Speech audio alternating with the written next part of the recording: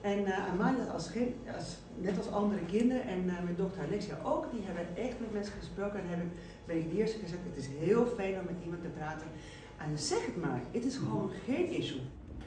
Koningin Máxima brengt vandaag een werkbezoek aan Rotterdam samen met staatssecretaris Van Ooyen van Volksgezondheid, Welzijn en Sport in het teken van mentale gezondheid van jongeren. En later deze dag gaat ze als kerstverse erevoorzitter van Mindus de stichting Mindus lanceren.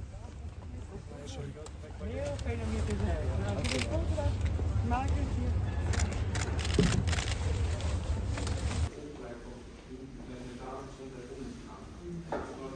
Dat een tekening. Het bestuur van mijn hoofdfuncties voorzitter van de MBO-raad.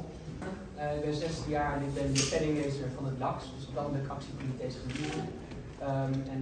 Ik ben gevraagd om hier te spreken namens de leerlingen in het voortgezet onderwijs. Mijn naam is Leon Nogmaals, ik ben 18 jaar, ik studeer hier in Rotterdam. Ik ben hier gevraagd omdat ik ook in meerdere focusgroepen deel heb genomen om de nieuwe ideeën naar boven te halen. Neem het over. Zelf ben ik docent in de opleiding, maar ik werk ook al in het onderwijs via Liceo. En ik merk gewoon echt dat het een heel groot probleem is dat docenten vaak niet kunnen signaleren dat er iets aan de hand is met hun leerlingen. En dat vind ik erg zorgelijk, omdat juist wij als docenten een hele grote rol spelen in hun opvoeding. Ook met studenten en met jongeren echt leren, wat is de beste manier? Hè? Dus uit de taboe sfeer halen, dat is ons heel duidelijk. We praten over docenten, ook nog mentoren. Wat denken jullie, want ja, jullie veranderen heel veel van klas, dus de docenten die zien jullie niet en die gesprek is er niet. Dus zou het niet de mentoren moeten zijn, hoe dat structureel? En hoe zouden jullie willen dat het gesprek echt beter tot gang komt? Ja, zelf merk ik als docent Engels, nou dat ben ik nog niet helemaal, maar half docent Engels, merk ik wel dat ik probeer echt heel erg veel gesprekken te voeren, zowel in de lessen als buiten de lessen met mijn leerlingen. En dan ben ik nog niet eens een mentor. Ik vind zelf gewoon heel erg belangrijk dat het pedagogisch vlak voor elke docent, maakt niet uit of je de docenten of je de leerlingen maar voor een uurtje ziet of of als mentor, dat het gewoon goed ligt. En dan zou je het ook moeten kunnen signaleren. Natuurlijk hebben de mentoren hier een wat grotere rol in, omdat ze natuurlijk de leerlingen meer zien. Maar als docententeam zouden we dat samen moeten kunnen aanpakken. En dat lukt alleen als we echt met elkaar samenwerken. Ik vond het heel moeilijk om contact te leggen. Mensen praten altijd over me heen. Dus uiteindelijk ben ik zo gewend geraakt al dat mensen mij eigenlijk... Ja, nou, maar het is ook het is niet alleen maar joiners, maar ook de voetbalverenigingen en de straat en de handwerkers. Dat is echt dat is de fijn dat je allemaal was en dank je wel voor je openheid. Ja, dank je wel. Ja, we zullen dat bij de sterren versterken.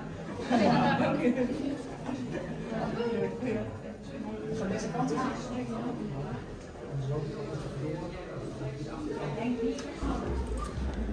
Goeiedag. Ziet u dat maken? Ja, zeker. Zeker. Nou, we hebben net met elkaar gebrainstormd en we hebben eigenlijk heel veel verschillende ideeën gekomen. En wat met name er ook wel uitkwam is dat de online omgeving zo heel erg belangrijk is. Dus dat de omgeving daar ook een hele grote invloed op heeft. Je ziet natuurlijk online heel wereldinzicht en ook met elkaar die openheid creëren. En dan vooral met, voor en door jongeren. Dus dat vindt met elkaar wat gedaan. Ja. En soms vraag ik me af, je ziet gewoon dat in online heel leuke dingen, maar dat is ook heel druk. Alles is leuk. Ja. Dus ja, hoe brengen jullie balans? Hè? Ja. Nou ja, we weten uit de wetenschap dat elk kind echt anders reageert op sociale media. Het ene kind wordt er jaloers van, het andere haalt er inspiratie uit. Sociale media hebben heel veel positieve krachten, dus je kan daardoor makkelijk altijd je vrienden bereiken. Je moeder zit onder je duim, dat is natuurlijk heel fijn, ook voor moeders. Maar het kan ook iets negatiefs oproepen. En wat ook de jonge mensen hier benoemden is denk ik wel heel mooi, dat je ook juist die influencers kan gebruiken voor sociale positieve initiatieven. Dus niet alleen om mensen jaloers te maken, maar ook om te vertellen over geestelijke gezondheid, het stigma eraf te halen. En het bespreekbaar te maken, zodat je weet als het niet goed met je gaat, je bent niet alleen. Er zijn mensen die jou kunnen helpen. Ja. Zeg ik dat zo? Ja, Ja? Oké. Ja. Ik was net beneden, was het heel grappig om te horen dat iemand had gewoon dus hele goede plekken zoals deze gewoon gevonden door Instagram. Maar na heel veel zoeken. Dus hoe kunnen we gewoon bepaalde deze plek ook beter helpen om beter aanwezigheid te hebben in sociale media? Ja, dat is ook iets waar we het over hebben gehad, dat er heel veel verschillende apps zijn, dus ook onderbouwd is en dat professionals bereikbaar zijn als het ergens niet helpt. En daar hebben we nog wel een uitdaging in te gaan. Ja. Ja, misschien ook zo meteen een mooie brug om naar de volgende Ja, vraag. misschien benieuwd. Ja, ik was eigenlijk benieuwd, want jullie hebben natuurlijk gebrainstormd met deze vraag. Wat springt er voor jullie uit wat jullie vanmorgen hebben bedacht en dit is het idee wat we in ieder geval moeten delen? Voor mij voelt het dat het belangrijk is om te zijn waar de jongeren zijn. Dus ook als er een nieuwe app zoals TikTok, dat je daar direct op zit als platform. Of op zit in ieder geval een link mee hebt naar een grotere app of een mooi tussenplatform of iets dergelijks. Maar dat je niet wacht en lang gaat nadenken, maar gewoon doen. En gewoon bij die jongeren zijn. Midden, dat staat net voor, door en naar jongeren. Ja. Dat echt. En vooral dat na jongeren dus, eigenlijk meteen na jongeren toe. Ook het sociaal. Ja. Perfect suppression. Nou, maar ook de vertrouwen. Ja. Ik denk, het is een hele grote. Nou, we moeten naar de volgende tafel. Hartelijk dank voor het inbrengen. Hier aan deze tafel hebben we al gesproken over laagdrempelig hulpverlening. Hoe kunnen we dat eigenlijk? Die preventie plaatsen. Dat daar speelt social media een hele grote rol. En wat we zien op social media is dat we zijn uitgekomen nu bij het moment waar we natuurlijk hier voor allemaal bij elkaar zijn gekomen. De lancering. De lancering van MindUs. De staatssecretaris en voorzitter Wim van Meren die hebben eerder al een puzzelstuk ontvangen, net als de koningin. Dat zijn de eerste stukken.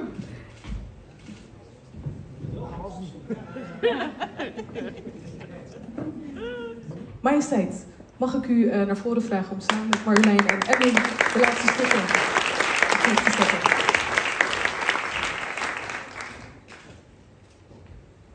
Laatste stuk van mijn podcast. Ja, daar gaat hij. Tromgeroffel.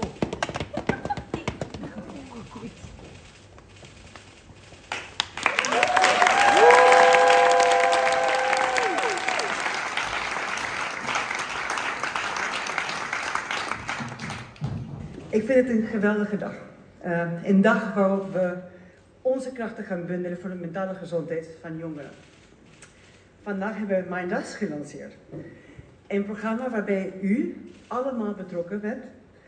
En als erevoorzitter ben ik echt heel dankbaar dat u allemaal echt meedoet. Dank u wel. Als professional, als ervaringsdeskundige, als bestuurder of vanuit een andere betrokkenheid. Mijn eigen motivatie om mee te doen is heel persoonlijk. Het heeft te maken met mijn zoektocht na de dood van mijn zusje Ines. In juni al 4 jaar. Toen ze overleed was ze 33 jaar. En dan word je overspoeld door heel veel gevoelens. Verdriet, verlies, machteloosheid. Dat dit zo ver was gekomen en je haar niet hebt kunnen helpen. Maar we wisten niet goed hoe. En het was moeilijk om erover te praten. Haar dood maakte heel veel gevoelens los. En steeds maar weer de vraag, hadden we meer kunnen doen? Ik merkte al snel dat ik niet alleen was. Ik hoorde van heel veel mensen dat ze hetzelfde hadden doorgemaakt met een familielid of vriend of vriendin. Hoe kun je iemand met mentale problemen echt helpen? Veel mensen worstelen daarmee. Ik ben me hier toen verder in gaan verdiepen. En ik heb heel veel werkbezoeken gebracht aan organisaties die hiermee bezig zijn. Mind was daarbij een geweldige steun en partner. Heel veel dank. In Amersfoort ontmoette ik jongeren van de Mind Young Academy. Op het Maries College Keek Duin praat ik met middelbare scholieren over hun mentale veerkracht. Ik was in Amsterdam om meer te horen over mentale gezondheid in de wijk. Ik had digitale ontmoetingen op Blue Monday en tijdens de week van de prestatiedruk. Ik deed mee aan een denksessie over 2 gezichten van sociale media. En ik sprak met studenten over hun stress en onzekerheid bij het Time Out Café in Delft. En van al die gesprekken met jongeren, maar ook met wetenschappers, psychologen en artsen, heb ik echt heel veel geleerd. In de eerste plaats, verreweg de meeste psychische problemen ontstaat op jonge leeftijd. 3/4 ontstaat voor het 25e levensjaar. De helft zelfs voor het 15e levensjaar. Dus hoe vroeg gebeurt het? In de tweede plaats, snel in actie komen is echt heel belangrijk. Hoe eerder signalen worden opgevangen, hoe groter de kans dat jongeren hun mentale weerbaarheid weer terugvinden voordat de problemen te groot worden. En ten derde, om snel in actie te kunnen komen, moeten we psychische problemen uit de taboesfeer. We hebben het allemaal gewoon meerdere malen gezegd, we moeten echt erover praten. Want anders blijven jongeren er te lang mee rondlopen. Terwijl het juist belangrijk is die gevoelens te delen. Met leeftijdsgenoten, met ouderen of andere vertrouwde mensen. Het is nodig dat jongeren eerlijk naar zichzelf durven kijken en ook elkaar helpen om de balans terug te vinden. Veel jongere mensen vertellen me dat ze het gevoel hebben in een soort van pressure cooker te zitten. Alles moet leuk zijn, alles moet een succes zijn. Maar ook de mindere momenten horen erbij in het leven. Een sombere dag is ook oké. En als je een dag niet kan presteren, is ook genoeg. Er zijn al heel veel goede initiatieven in dit land om de mentale weerbaarheid van jongeren te versterken. Het doel van Mindas is niet om het wiel opnieuw uit te vinden. We willen juist ontdekken wat werkt, samen met de jongeren zelf. En vervolgens willen we interventies die effectief zijn met elkaar verbinden en sterker maken. Zo kunnen we samen meer jongeren vroegtijdig bereiken en echt steunen. Daarbij leggen we het accent op de leefwerelden van de jongeren zelf. Hun school of college, hun wijk en hun sportclubs en verenigingen. En natuurlijk hun sociale media.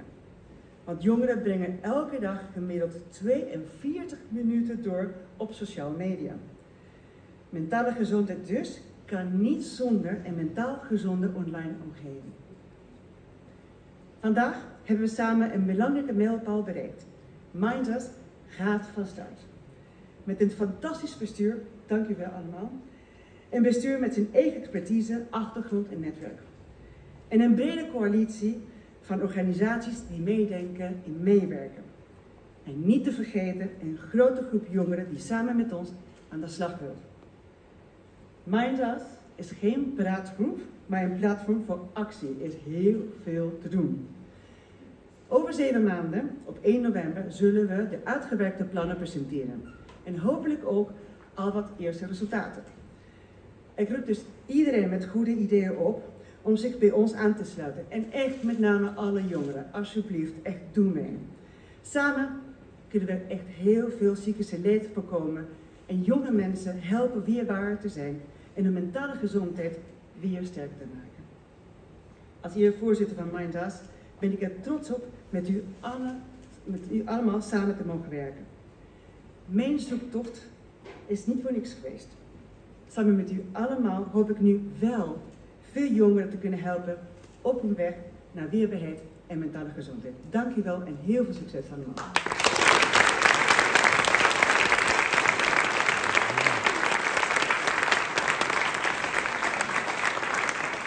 We zagen net na uw toespraak en in uw toespraak memoreerde u ook wat u afgelopen jaar gedaan heeft, ook op dit vlak. Vandaag bent u erevoorzitter geworden van dit platform. Is de mentale gezondheid van jongeren, is dat nou het belangrijkste, wordt dat het belangrijkste onderdeel van dit gedeelte van uw werk? Nou, absoluut. Mindas zal zich echt helemaal focussen op het voorkomen en de preventie van en weerbaar maken van jongeren van 12 tot 27 jaar. Wat ik net zei in mijn toespraak, we weten dat echt 3/4 van alle psychische problemen beginnen voor je 25e levensjaar. Dus het is heel belangrijk juist dat wij echt voordat de problemen echt komen, dat het wel die laagdrempeligheid gewoon bieden, zodat echt jongeren kunnen praten over hun issues. uit de taboesfeer halen, want het is nog steeds, we horen gewoon vandaag ook van heel veel jongeren, ja, het is nog steeds zeggen dat jij echt een beetje down bent, of je echt niet goed voelt, of dat je echt eenzaam bent. Ja, schromen echt jongeren nog steeds, maar dat moeten we doorbreken. Dus wat juist is het belangrijk om te gaan praten. Ja. Dus dat zou echt het werk van de stichting in de komende jaren. Okay. U zei in uw toespraak dat het overlijden van uw zusje aanleiding is geweest voor deze zoektocht. Heeft het u zelf ook iets gebracht, deze zoektocht? Ja, kijk eens, als je iemand verliest, dan zeker op zelfmoord, het brengt wat ik net zei in mijn toespraak, je begint, ja, had ik veel meer kunnen doen. Hè? En wat was het moment eigenlijk, niet zozeer in het eens, maar in het begin van echt, nou, misschien hadden we gewoon veel vroeger gewoon hulp kunnen aanbieden. En toen wisten we niet en we praten niet over, dus ik wist niet precies hoe erg het was. En niemand trouwens, dus toen het uiteindelijk kwam, het was te erg toen we allemaal gewoon ons realiseren. En dat is juist wat ik wil voorkomen in de toekomst. En dat is mijn lessons learned van mijn ervaring met mijn zusje. Mindfulness gaat zich ook richten op preventie, hoe jongeren zeg maar, hun weg kunnen vinden in hulp. Uw dochter Amalia heeft in het boek van Claudia de Breij ook aangegeven dat zij ook met iemand praat op het moment dat het haar even te veel wordt. Is dat ook iets wat u heeft gestimuleerd? Of wat u heeft gestimuleerd? Natuurlijk. Ik denk dat is. Ik gun elke kind in Nederland gewoon echt die weerbaarheid en zichzelf leren kennen. En ook die gelegenheid te hebben om te praten over de dingen waar ze mee zitten. En Amalia, net als andere kinderen en mijn dochter Alexia ook, die hebben echt met mensen gesproken en ben ik de eerste gezegd, het is heel fijn om met iemand te praten. En zeg het maar, het is gewoon geen issue. Het is net als, je hebt gewoon echt pijn, hoofdpijn. Kan je ook nog een mentale gezondheidsissue. Het is gewoon geen probleem. Praat u zelf ook wel eens met iemand? Ja, heb ik wel gesproken. Absoluut. En ik vind het heeft mij altijd geholpen en het is we hebben allemaal momenten. En in die momenten als we hulp kunnen hebben en als er wel hulp te vinden is, ja, waarom niet? Moet je alles gewoon gebruiken die je kan. Zeker. Vandaag gaat het ook veel over de jongeren die we hier spreken, die u spreekt over de afgelopen 2 jaar, corona en hoe lastig dat was, eenzaamheid, depressieve gevoelens. Stel dat we weer een keer in zo'n situatie komen, heeft u enig idee wat daar dan tegen gedaan zou kunnen worden om te voorkomen dat zoveel jongeren daar negatief effect van hebben? Ja, ik ga niet praten over wat als, maar ik denk dat het nog steeds heel belangrijk is om echt te focussen op wat we zullen doen met Mindus in de toekomst. En dat is gewoon in 3 gebieden. Echt heel sterk te gaan investeren op een plek voor jongeren om zich te kunnen praten over mentale gezondheid, zodat de weerbaarheid vergroot kunnen worden. En dat is op school nog steeds. En ik denk dat we een hele goede gesprek hebben gehad met een paar scholieren die zeiden de rol van docenten, de rol van mentoren, dat het algemeen docenten nog meer weten hoe kunnen ze gewoon signaleren, de vroeg signaleren van een kind die het eigenlijk niet zo goed heeft. Ten tweede, de wijken, dus de gemeente, dus waar echt, je gaat gewoon voetballen, muziek maken zoals in deze plek hier. Want daar is ook een plek waar echt mensen ook zichzelf kunnen vinden, ook kan netwerken en ook kunnen gewoon gesprek voeren over hun gevoelens.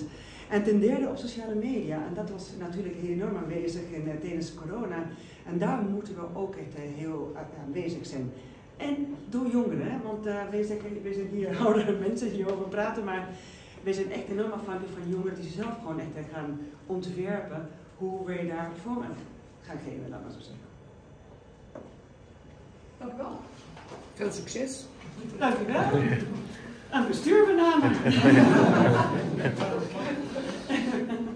Nou, mooi. Dank u wel.